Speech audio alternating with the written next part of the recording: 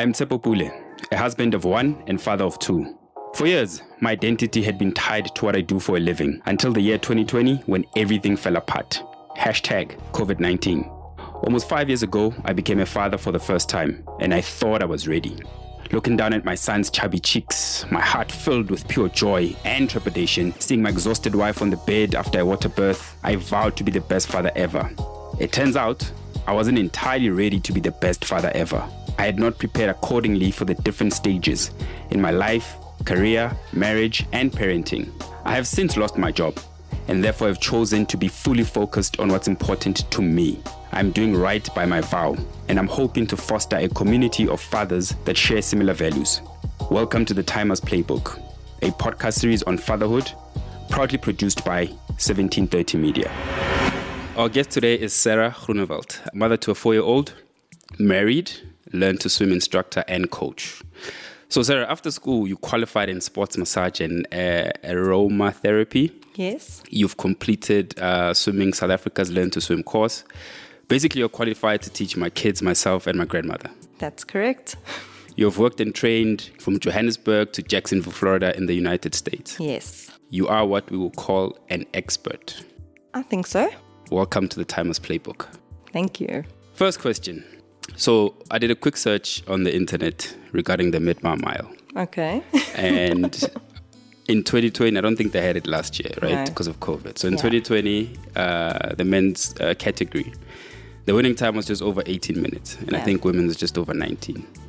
You say you did yours at 10 years old in 30 minutes. That's right. Before you tell me how you achieved that, just give us a perspective of what the Mid-Mar Mile is and how big of an event it is on the swimming calendar. Okay, so it's a massive event. It's for qualifying for SA Nationals, which is open water swim in Jeffreys Bay. It's hectic. When you're 10 years old, it's really scary. I remember at the start, my sister saying, I burst into tears, and my sister said to me, Sarah, you got to sink or swim. And I ended up in the dam and I just swam my heart out. I had people pulling me under because that's what happens in open water. It's quite hectic, and you just got to push through and get to the other side. So it's an open water event? Yes. Like you guys just, like what kind of open water? Like is this a dam? Yes, swimming in a massive dam. You can't see the bottom. There's squishy mud in between your toes. Yeah. And you just have to swim. Wow. But I love it. I love open water. That's hectic. I remember in school, and I used to hear about it a lot. Like a lot of guys would be going to Mid-Mar, and it was a very cool thing if you could get it done. Yes. You know, so now that my kids are starting swimming early, hopefully it's something they'll be able to do. Yeah. So that's actually what we do as well with the swim school. Before sending the kids to competitive swimming and galas, we make it a family day out where we go out to Cradle Moon. And we do all the open water swims there, and that's how we introduce the competitive swimming to our kids. Yeah. So the parents are able to swim with the kids. We have a lunch afterwards, and it's just a chilled day out. Okay.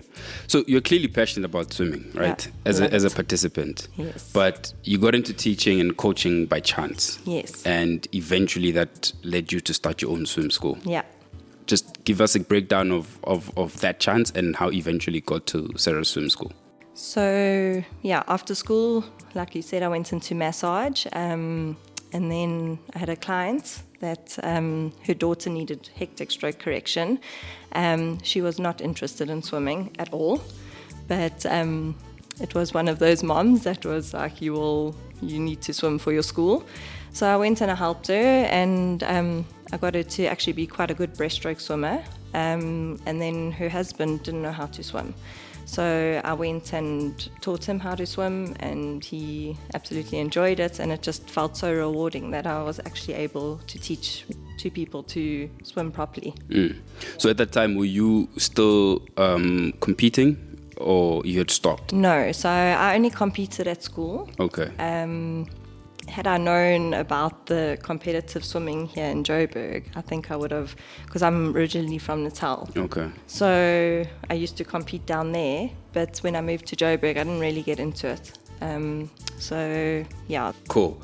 And then what led to you starting your own swim school? And how does one start a swim school? So I worked at many swim schools For me, I saw it as the swim school's been a money-making, it was money-making drive behind it. And it was to see how many kids could get in one class, get them out as soon as possible.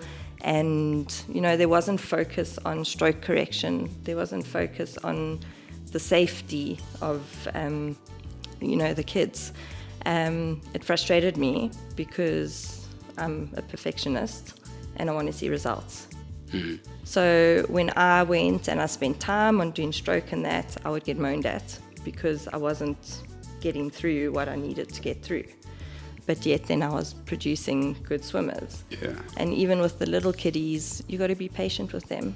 Like, you can't have a hectic swimming teacher screaming and shouting at you and that was just frustrating me. The environment that I worked in wasn't nice. So I decided to resign, and then that's when I ended up in the States. And then I decided to come back. I actually got offered a job in the States. I was going to work in Texas. But then my sister had a little baby, so I ended up being the au pair for her little one. Okay. Love children. So then my sister and I actually decided to open a swim school. It was really hard the first few years, and then we did well, and then lockdown came. But how do you do it? Like, what's the protocol, like regulation? Like, how does it work? So you need to put a whole constitution in place, especially if you want to be part of Swimming South Africa. Okay.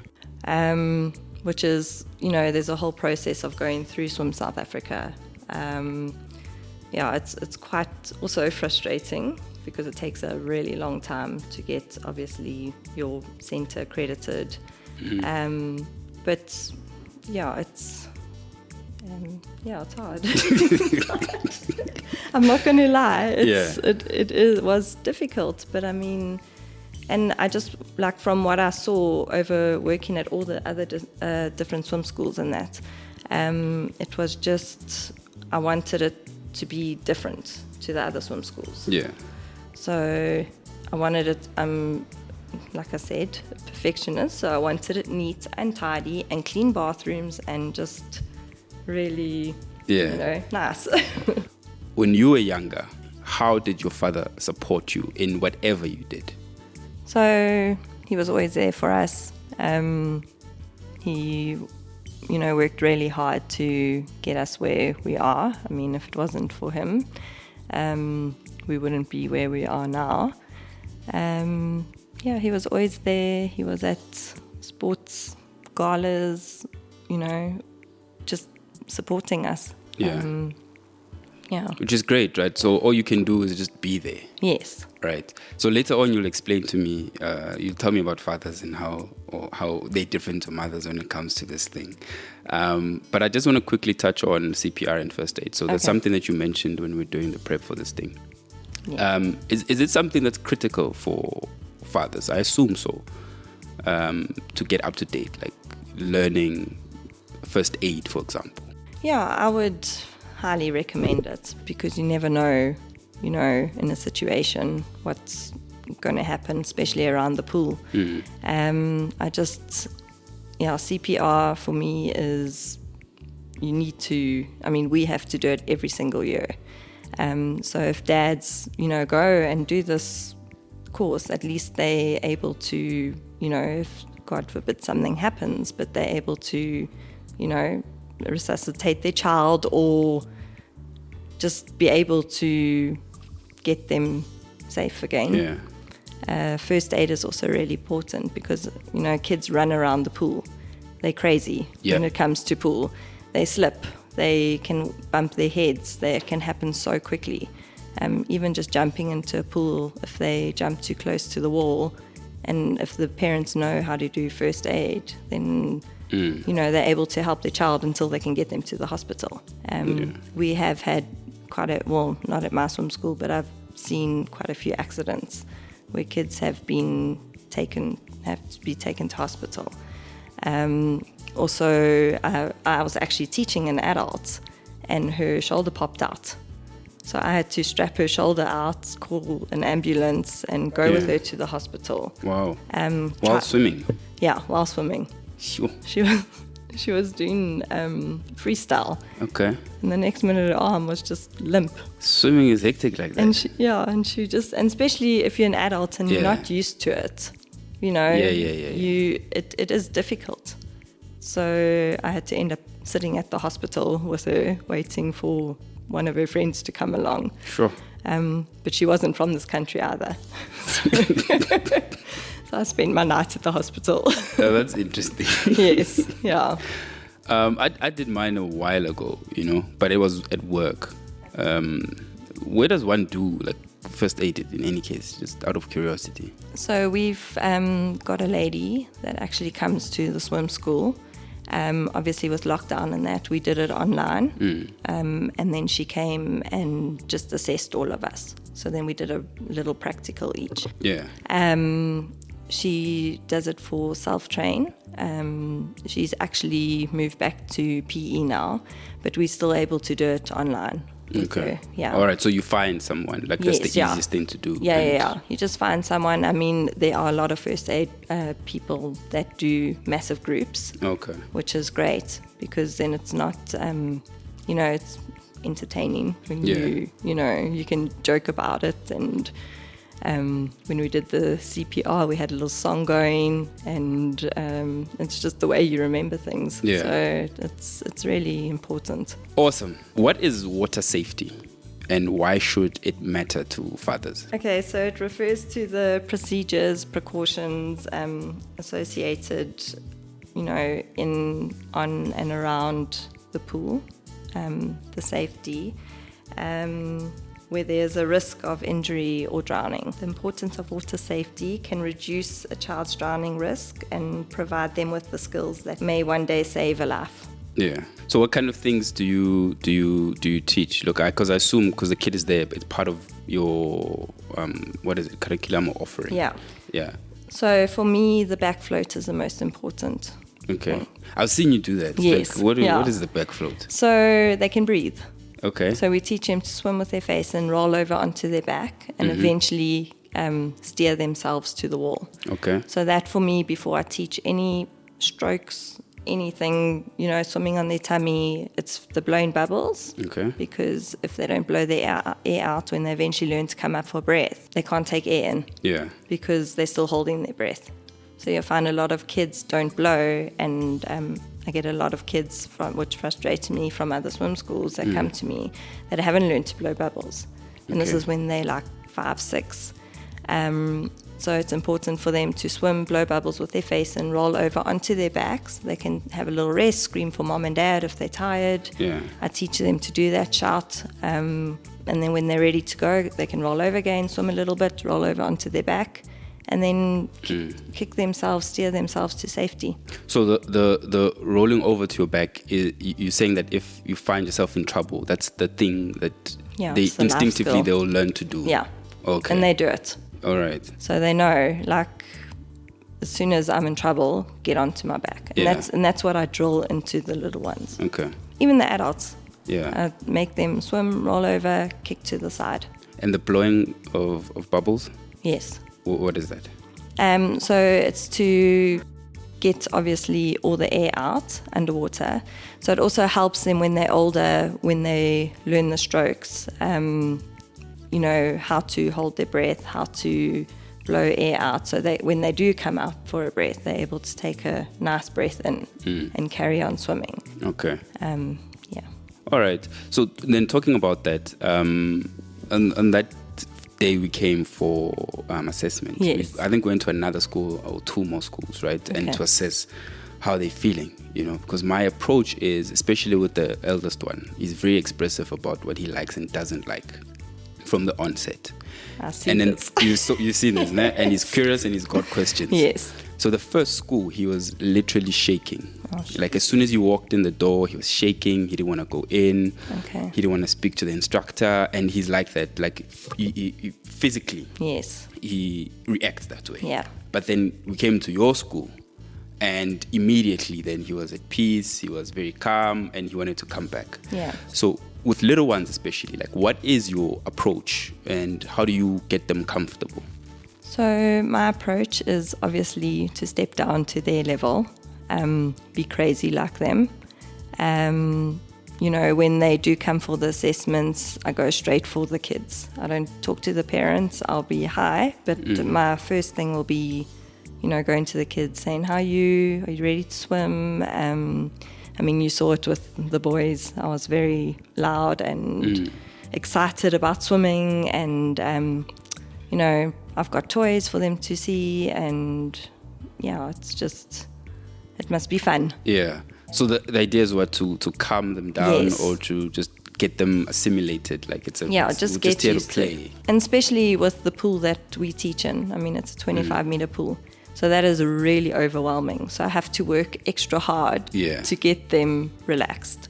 Yeah, because TJ said, like from the beginning, right? Yeah. Is it a big pool? And that was his thing. Like, if it's a big pool, I'm not going in. Yeah. Because I think I think his cousin, like, threw him in a pool or something. So Shame. after that, he's been nervous. He doesn't want to go in the water. Which is quite understandable. Yeah, which is different to the other one. He's just. Oh yeah, no. He just went in. But he's learned now. He's learned. Is he getting there? Yes. He's starting to follow instructions. He's following instructions. Yeah, it's amazing how much he's turning. He's changing a lot. Even for us. So for fathers then, because you teach different age groups. Yes.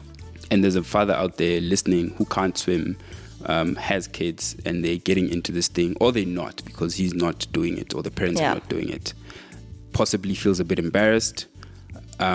What's your approach right now to someone listening? And we're trying to encourage them, because we also need to be able to be at least be able to swim and get in the water, because the kids want us to be there in any case, right? How would you get them to be comfortable, and how do you approach adults? So first of all, to the dads out there, it's a safety thing, right? So you should not be getting into the pool if you can't swim. I know a lot of dads do.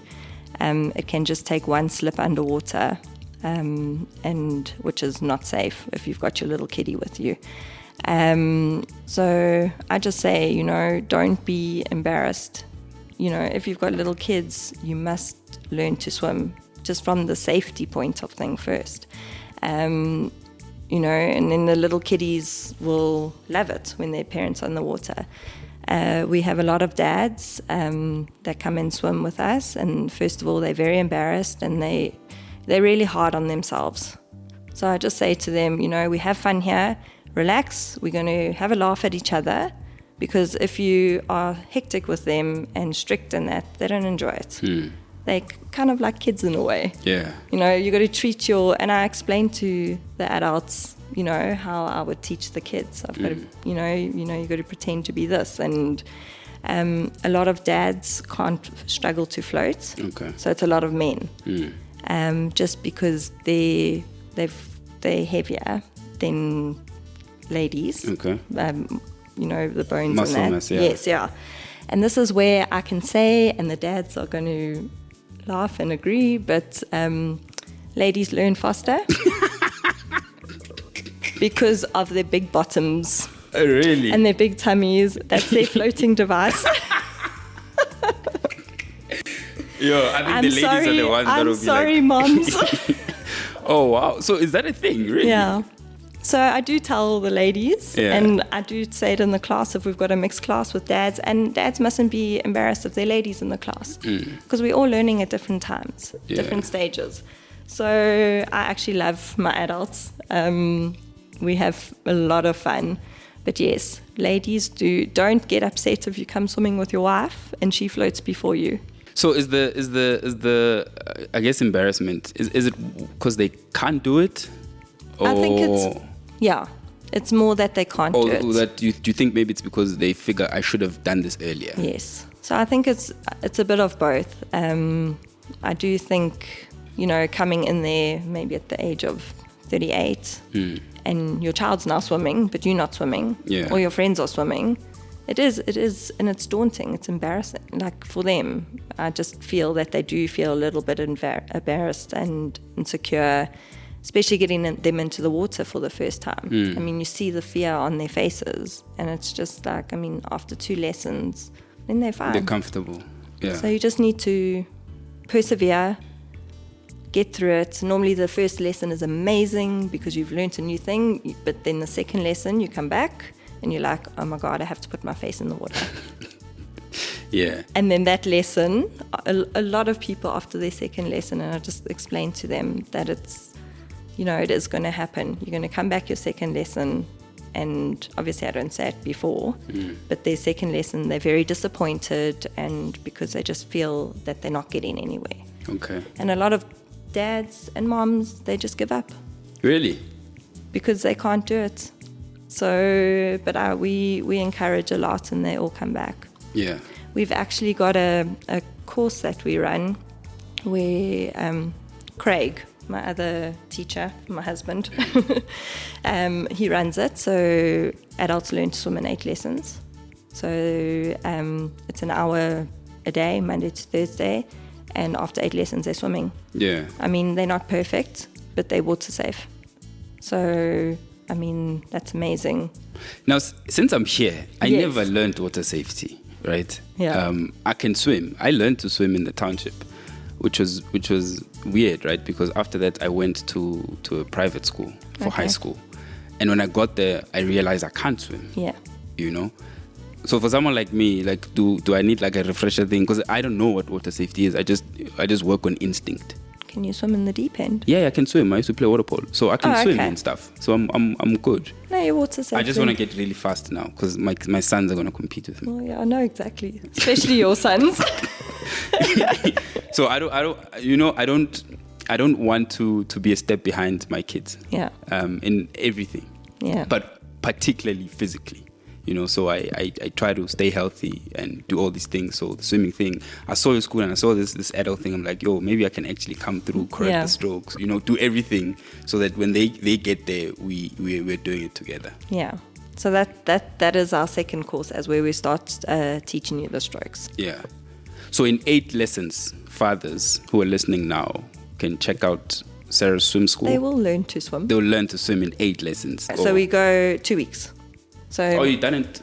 2 weeks done. Yeah, done. Monday to Thursday for 2 weeks. Yeah. And then it's an hour session, and after that you can swim. That's cool. You're safe. So what we teach them to do as well: jump in, swim, roll over, get to the side, tread water in the deep end, just so they're safe. Yeah. Wow, that's amazing. That's really cool. Awesome, Sarah. So we're gonna get to the tools and tricks and habits of the things that you've learned so far. So I will read them for you, just the first line, and then you can just expand on that. You said the first thing: never force your child to do something they don't want to do in the pool. So if you do that, the kids are going to hate swimming at home. Yeah. They're going to hate swimming with you as a parent. All I say to moms and dads is just let them have fun at home.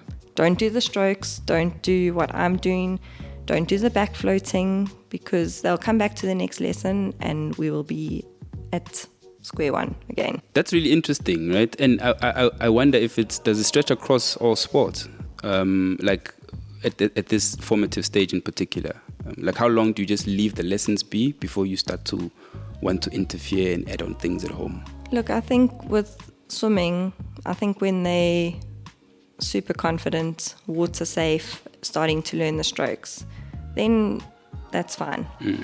But I mean, and even when they are learning the strokes, don't force it on them at home, because then they come to swimming and they're not motivated and they're like, oh, I did this, on the weekend at home. I don't want to do it here. So that's why I say to all my parents, just let them have fun at home, because if it's not fun at home, then they're not going to enjoy swimming with you. Yeah. And leave the swimming lessons up to me. Perfect. And just sit back and don't interfere, man. And do not put your child underwater. Please. I wonder where we get that from. I don't know why, but dads love doing it. Yeah. The They boy love thing. Just putting their kids underwater. Oh, look how high you can jump. Oh, wow. Fly in the air and straight under. No. Unless they are super confident. Yeah. And they can swim. So for like your little two that are still learning, don't ever do that. Yeah. I think that's what got TJ off it in the first place. Yeah. Because the nephew's 17, so he was doing those things. Yeah. Okay. Interesting. Hope fathers are listening. Yes, and then armbands. Yes. When they came, they used to always have them whenever they swam, but they were off the first lesson. Yes. No, so for me, I don't teach. I've never taught with armbands on at all. Like I don't like them at swimming lessons because they need to learn to swim on their own. Yeah. And they need to learn that discipline on sitting on the landing station or the step or wherever they are. So that's where they become, obviously, at swimming lessons, disciplined. Armbands for me at home, at a braai, when you are braaiing and you don't feel like getting in the water, stick armbands on them because an accident can happen so quickly you don't even hear it. Yeah. So, and also just armbands are amazing at home because it lets them explore the water on their own. Everything's accidental. So if they fall under, then it's their fault. Yeah. It's not yours. So you also, it's for them to do that. And then, that's why if they don't have armbands on and you pull them under, it's going to be your fault, right? But if they have armbands and they slip under by themselves, you go, well done, my boy, you did it. Yeah. And then they come up and they're like, oh, cool, that's actually quite fun. Yeah. And now while they're still learning to swim, yes, and they go to a braai or whatever, yeah, what's the procedure then? Do you put armbands on or do you swim with them until such a time that they can? I think when you don't want to get in the water, stick the armbands on. Yeah. But when you get in the water, take them off. Okay. But it won't mess up what they're learning. Like they won't get attached to. No. So armbands actually doesn't break their buoyancy. Whereas those little tubes that go around them. Oh, yeah. So then with the tubes, I do not recommend tubes or the floaties, any of those backpacks, because you just mentioned the two things that we have in armbands. Yeah. Yeah, okay, cool. I hear you. Because otherwise they swim upright, and even I can see it when they come for their assessment. If the kids can swim, but they're swimming upright, I know they've been in a polyutta or a tube, or whereas armbands still allow them to move freely on their tummies. I'm also happy with noodles. Yeah. Because they can also stay on their tummies, but it's not as safe as armbands. Yeah, it doesn't seem safe. No. So, because sometimes a child doesn't know how to hold a noodle. So they'll just drop the noodle and that will be them. Disaster. Yeah. Third thing, starting to swim. You mentioned here starting swimming with your little one from 6 months is a great way to bond with them. Is it swimming, or just the idea of getting into water or showering with them or bath? So teaching them, so I've done everything from 6 months all the way to adults. And I've just been assessing over the years what I feel where a child should be. So it's great for bonding. So it's also getting the kids used to the water. Yeah. So that's wonderful. Like I've done the babies. You get them floating in 2 months because, they're buoyant. And at 6 months, they're not scared. Really? They don't know what the hell's going on. So that's why they're like, it's a fun thing with mom and dad. But every time I found that every time they hit a milestone, so when they turned 1, they were like, hang on, I know what's happening here. Okay. So I'm going to scream the place down. And then they didn't want to float. Then they get to 2 and then they're worse. So then they get over that and then they start swimming a little bit again. This is just my opinion. Yeah. This is just what I've experienced over the years.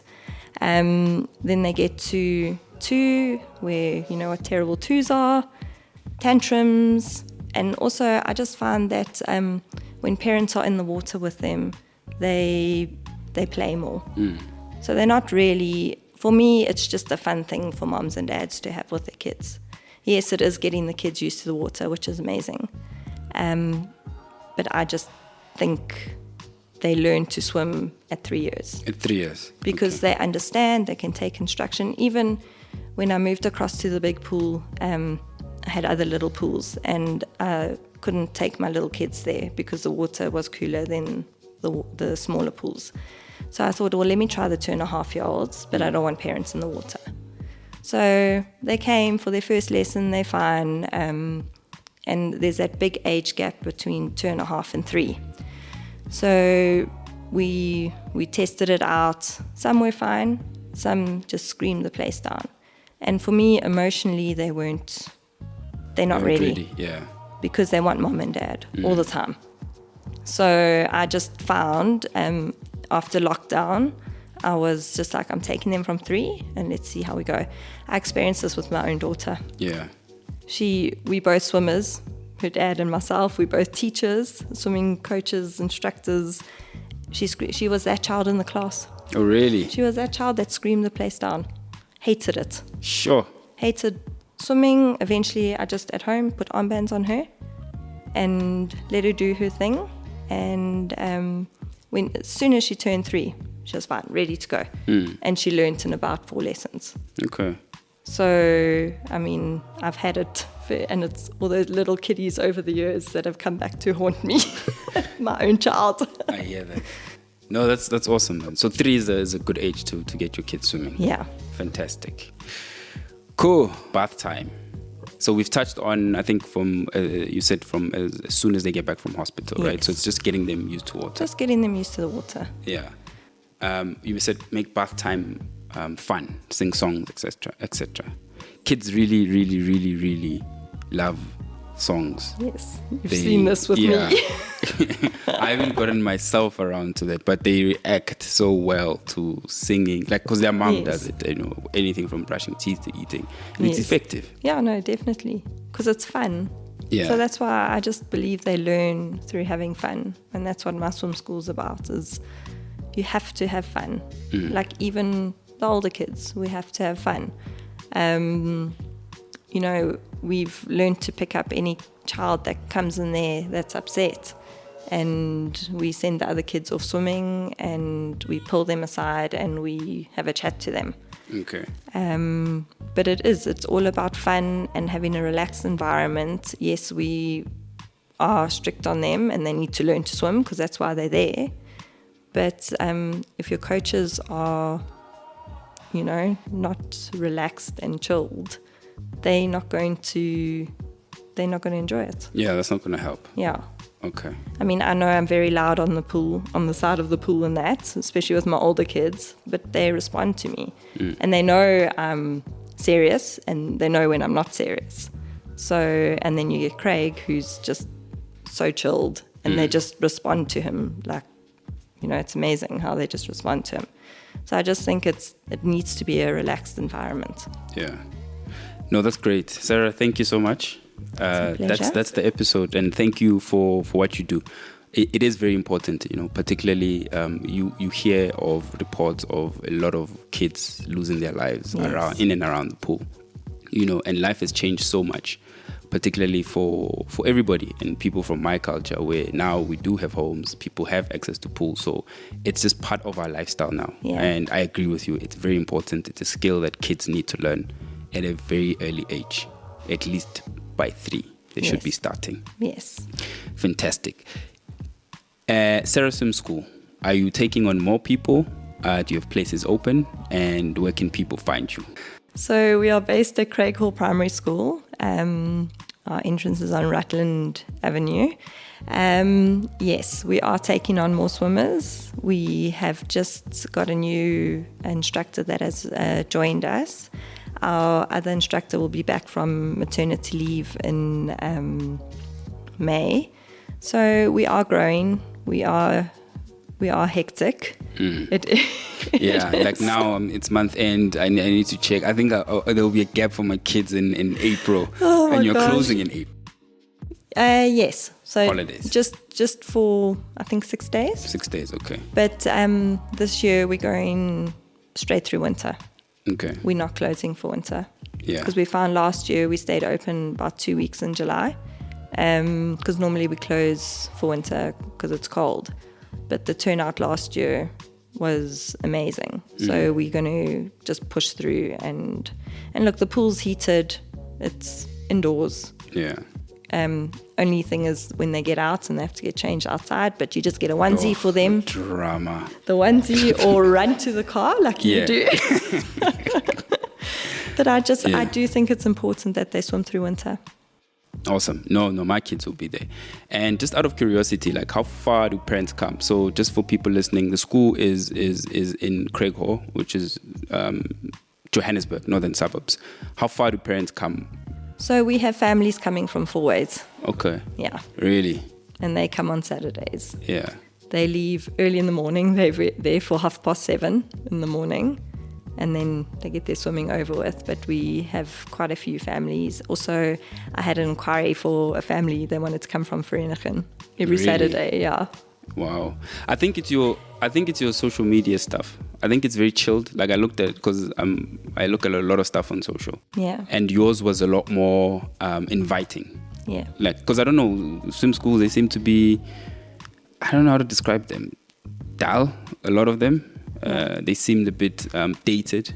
Yeah. So when I saw yours and you had a video, and you're doing cool stuff that is very relative to here, the pictures, the people were diverse. I was like, okay, cool. I could go see the school.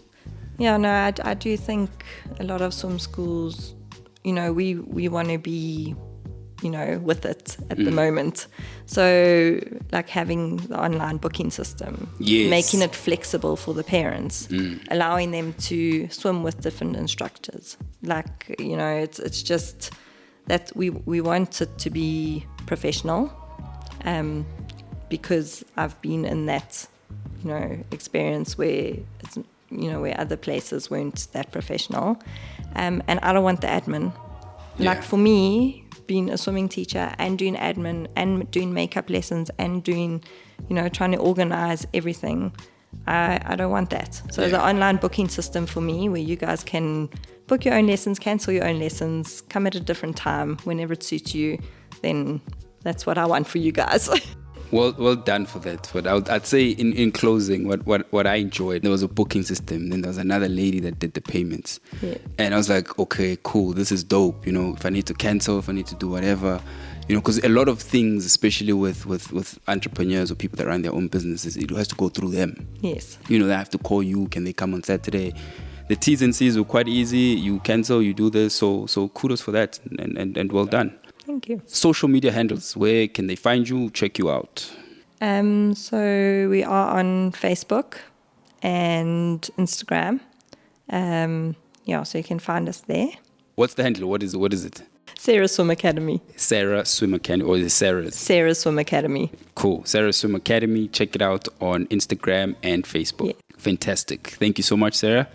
Thank you for joining us, and thank you for listening and tuning into this podcast. Water safety is important.